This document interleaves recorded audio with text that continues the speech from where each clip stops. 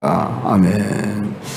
어제에 이어 오늘 십자가의 성취라고 하는 그런 주제 아래 구속이라는 개념에 대해서 살피도록 하겠습니다. 어제는 화목, 이런 단어들이 우리가 성경에 나오고 있는데 이 의미가 무엇인가 하는 것을 우리가 잘 알면 십자가의 도의 의미를 더 깊이 깨달아 알게 됩니다.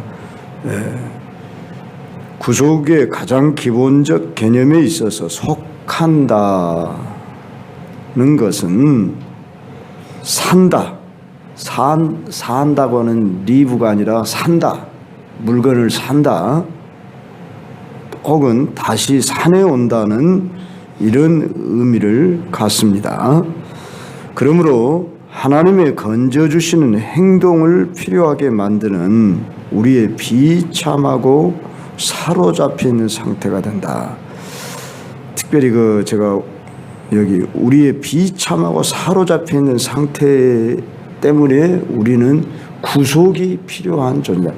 이 구속이란 말 우리 한글말에는 두 가지 의미가 있죠. 가령 죄인을 갖다 감방에 집어넣는다 할 때도 구속, 그런 개념이 있죠. 그렇지만은 이렇게 건져낸다, 살려낸다. 그래서 제가 영어를 여기다 써놨습니다. 리뎀프션, 건져낸다, 살려낸다는 이런 의미의 구속이죠. 그러면 우리는 어떤 상태에 있기 때문에 우리가 구속당해야 할, 구속받아야 할 필요가 있다고요? 비참하고 사로잡혀 있는 그런 상태에 있다는 것입니다. 그랬을 때에 이 구약 성경에서는 어떤 의미를 갖고 있고 신약 성경에서는 어떤 의미를 갖고 있는가 우리가 한번 이해해 봅시다. 가령 구약 성경의 경우는 재산이나 동물들이나 사람들이나 그리고 국가가 모두 값을 지불함으로 속해졌다. 이스라엘 개개인의 경우는 국가적인 인구 조사 시에 그 세금을 내야 하는데 그걸 생명의 속전이라는 단어에 조금 주목해 보기를 바랍니다.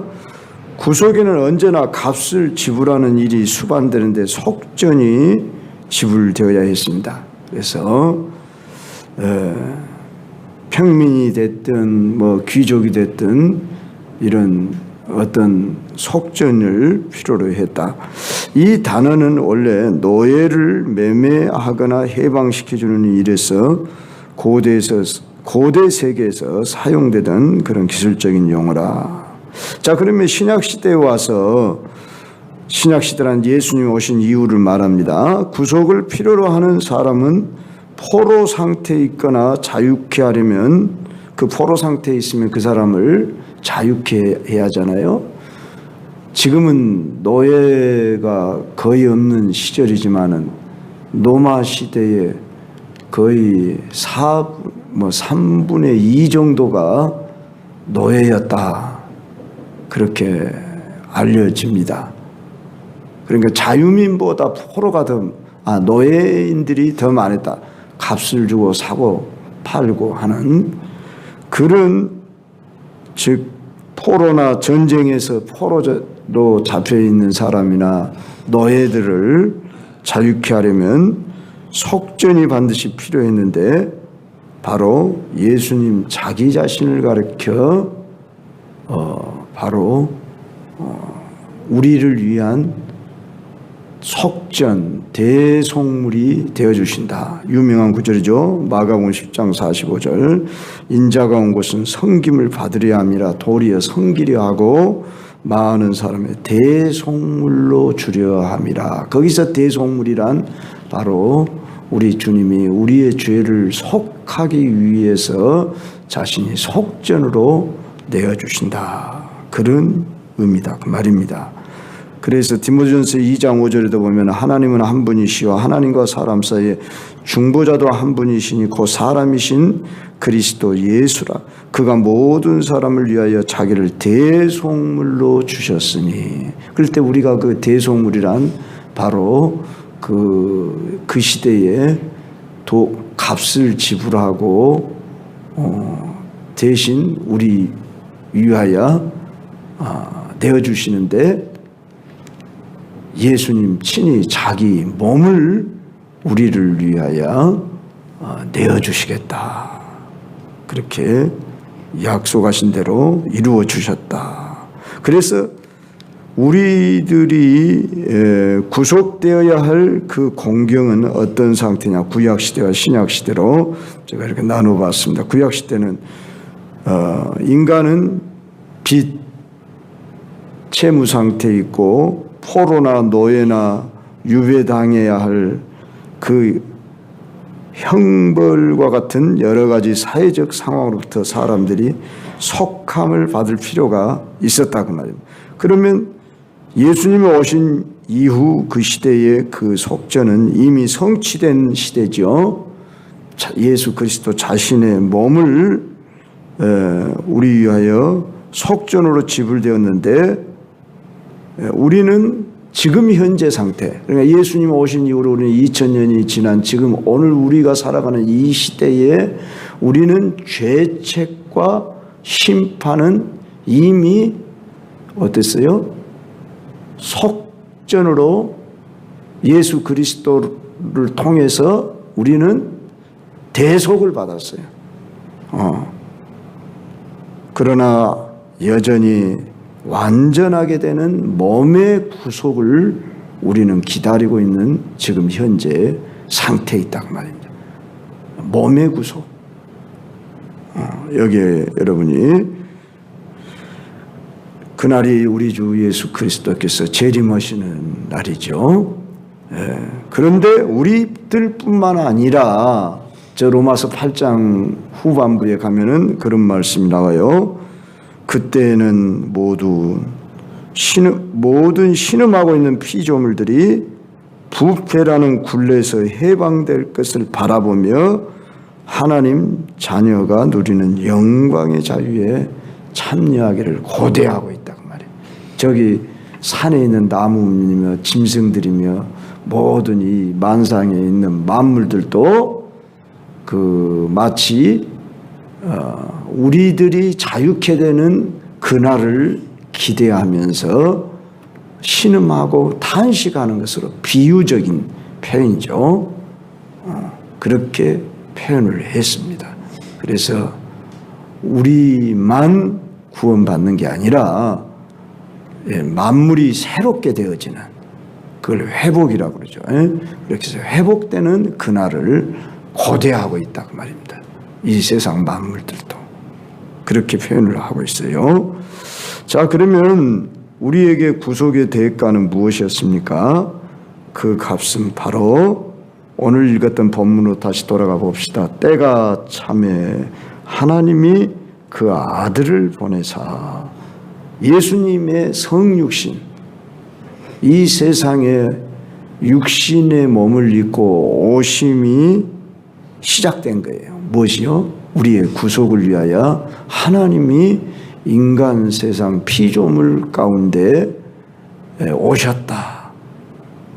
그것도 창조주가 피조물의 형체를 가지고 이 세상에 형체만 가진 게 아니라 실제로 몸을 가지고 이 세상에 오셨다. 이게 우리에게는 엄청난 놀라운 은혜지요. 그리고 우리를 구속하시기 위한 하나님의 사랑에서 시작이 된 것입니다. 성육신과 그 다음에 속죄, 후반부는 속죄에 대해서 나오죠. 5절에 율법 아래에 있는 자들을 속량하시고 우리로 아들의 명분을 얻게 하려서 갈라디아서 3장 13절에서 뭐라고 말했습니까? 우리 이미 살폈던 구절들이죠. 다시 한번 봅시다. 우리 갈라디아서 앞으로 넘겨봐요. 3장 13절. 그리스도께서 우리를 위하여 저주를 받은 바 되사 율법의 저주에서 우리를 속량하셨으니, 어디서 속량했다고요? 율법의 저주라고 표현해요. 왜 그래요? 제가 누차 반복하지만 율법은 거룩하고 완전하고 의롭고 선한 하나님의 법인데 왜 율법의 저주라겠어요? 율법을 지켜 구원을 얻을 육체가 없기 때문에 율법 아래의 모든 사람이 어때요? 정죄 심판을 받을 수밖에 없기 때문에. 그래서 우리의 행위로 의롭다 할 육체를 받을 사람이 없어요. 그래서 우리가 도덕적 윤리적으로 선함 착함으로 천국 가는 게 절대 아니에요. 오직 무엇으로만? 믿음으로만. 할렐루야. 그러면 왜 율법을 주셨습니까? 이미 반복하지만 율법은 죄를 깨닫게 함이라. 율법은 그리스도께로 인도하는 초등교사가 되게 하며, 물론 율법 안에는 도덕법이 있기 때문에 그 도덕법을 지키는 것은 우리가 믿음 안에서 그것을 지켜내도록 우리에게 요구하시는 것이에요. 우리는 그것을 지켜서 살아야 하는 것은 믿음의 증거예요, 증거. 그러니까 우리가 선을 행하고 뭔 착함을 가지고 질서 있는 삶을 살아야 하는 것은 믿음이 있다고 하는 증거로 사는 것이지, 구원받은 은총에 의해서 우리가 그렇게 행하는 것이지, 이렇게 내가 행했기 때문에 거기에 대한 보상으로 우리가 구원을 받는 게 아니라고 말입니다. 우리의 구원은 오직 무엇밖에 없어요? 예수 그리스도의 십자가에 흘린 피. 그래서 이제 계속 봅시다. 그리스도께서 우리를 속죄하게 하여 가장 흔하게 사용되는 단어가 그 자신이나 그 목숨이 아니라 그의 피라. 베드로전서 1장 18절로 19절 특별히 한번 집에서 한번 찾아서 읽고, 레위기 17장 11절 그런 두 구절 보면 피는 곧 생명이라. 그리스도의 피는 죽음을 의미하는 것이 아니라 우리를 위한 그리스도의 생명으로 생명을 주신다고 하는 의미에서 피를 의미합니다.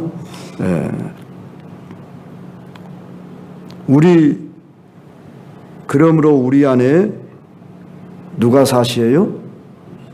예수 그리스도가 산다고 할 때 그리스도의 생명이 산다.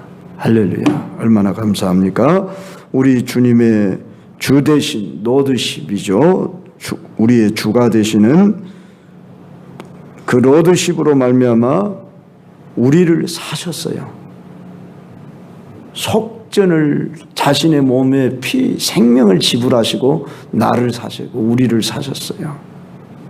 교회를 사셨어요. 그 교회를 가르쳐 뭐라고 그랬죠? 예수 그리스도의 피값을 지불하고 사신 것이 바로 교회라. 교회는 건물이기 전에 나와 너 우리, 그래서 우리는 형제라 그 말이에요. 우리는 피값으로 예수 그리스도 피값을 지불하고 산받은 자들이다. 우리는 1000만 불보다 더 비싼 거예요. 어제 제가 세미나가 있어서 저희를 가르쳤던 교수님이 여기 중앙장로교에 와서 세미나를 하시는데 한 100여 명 모였습니다. 그런데 거기서 천국은 이 세상에서 얼마나 많은 값을 지불하고 들어가야 하는 것이냐 했을 때 영국의 최고 부자가 500조를 가지고 있다나요? 이 세상에서 돈을 제일 많이 가지고 있는 사람이 500조래. 500조 불. 우리 한국의 500조가 아니라 500조 불이래요. 근데 그 500조 불을 줘도 살 수 없는 것이 천국이. 어찌 그 돈에 비교하겠습니까? 우리 예수 그리스도의 피를. 우리 예수 그리스도의 피값을 저와 여러분이 산받은 사람들. 그래서 저와 여러분은 가치 있는 사람들. 그래서 도대체 얼마짜리라고 그러죠? 우리가 예수님 짜리들이라고 그러죠. 그런 말 들어보셨어요? 저와 여러분은 예수님 짜리. 그래서 가슴을 탁 펴고 오늘 또 당당하게 사십시오. 에? 나는 예수님 짜리로 산바된 그런 가치 있는 존재다. 하나님이 예수님의 핏값을 지불하고 여러분을 사셨습니다. 얼마나 존귀한 자들입니까? 보배롭고 존귀한 피라고 그랬잖아요. 예수 그리스도의 피로 나는 산바된 자다. 이걸 실제로 여러분이 정말로 믿음으로 가지시길 바랍니다. 적용해 봅시다. 우리 몸은 그리스도께서 값으로 산바된 성령의 전이다. 너희 몸은 너희가 하나님께로부터 받은 바 너희 가운데 계신 성령의 전인 줄 알지 못하느냐. 너희는 너희 자신의 것이 아니라 값으로 산 것이 되었으니 그런즉 너희 몸으로 하나님께 영광을 돌려라. 고린도서 6장 거의 18절이라고 하는데 19절 20절. 그러므로 우리는 이제 죄의 종이 아니라, 물론 우리가 죄된 일이 우리에게서 나타날 때가 있죠. 내가 원치 않는 생각들이, 또한 마음들이, 또한 일들이 나타날지라도 그런 내가 아니야. 그러고 내 자신을 부인하세요. 그리고 그런 나라고 내가 붙들리면 안 된다. 그러면 나는 그리스도의 종이 되었어. 예수님이 저와 여러분을 선택해서 불렀습니다. 너는 나를 따라 오너라. 내가 너로 사람을 낚는 어부가 되게 하리라. 그 주님이 제자 삼도록 부르셨던 것처럼 저와 여러분을 무조건적으로 하나님의 은혜로 무한한 사랑으로 부르셨어요. 우리는 제자요 그의 부름받은 자유인이 됐습니다. 그러므로 다른 어떤 것들에도 종노릇할 이유가 없이 우리는 몸이란 우리의 전부로 하나님께 영광을 돌려야 할 것입니다. 날마다 나는 주님이 내 안에 사신 것을 인정해 드리고, 주님 감사합니다. 주님을 믿습니다. 그 교수님은 이렇게 날마다 1000번도 더 한다고 그래요. 뭐라고 하냐면 주 예수님 나는 주님을 믿습니다. 이 믿음의 고백을 하라는 거예요. 그러면 우리 안에서 구원의 기쁨이 나온다는 거예요. 그래서 어제도 몇 번 해봤어요. 저도 한번 따라서 해봅시다. 주 예수님 나는 주님을 믿습니다. 너무나 단순한 이야기고 당연한 이야기인데 뭘 그걸 할 필요가 있겠냐. 근데 그렇게 할 때에 우리 안에서 구원의 기쁨이 솟아난대요. 주 예수님 나는 주님을 믿습니다. 우리가 사랑하면은 어떠죠? 서로 고백하잖아요. 그렇죠? 우리 한국 사람들은 부부간에 사랑합니다 뭐 이런 표현을 잘 안 하잖아요. 그 일상화된 서양 사람들과 좀 다르잖아요. 근데 그렇게 표현할 때 더 사랑이 나오는 것처럼 주 예수님 나는 주님을 믿습니다. 이 고백을 늘 숨을 쉬는 동안 계속 하라는 그런 말씀을 하실 때, 최고의 그래도 신학을 하시고 가르치신 분인데 너무너무 단순한 이야기를 84세 묵으신 저희 스승 서박사님께서 그런 이야기를 하실 때 뭔가가 있으니까 저런 말씀을 하시지 않겠냐. 누차 강조를 하셔요. 주 예수님 나는 주님을 믿습니다. 이 고백을 하라는 거예요. 오늘 또 우리가 믿고 있지만 그것을 고백하며 살아가십시다. 이 시간 우리 한번 더 같이 기도로 나아가십시다. 주님이 나 같은 죄인 살리시려고 천상의 영광 보좌 버리시고 육신을 입고 이 세상에 오시고 자신의 몸을 내어주시고 나를 사셨다. 신비요 은혜요 뭐라고 다 표현할 수 없는 놀라운 사랑입니다. 주여 세 번 외치면 우리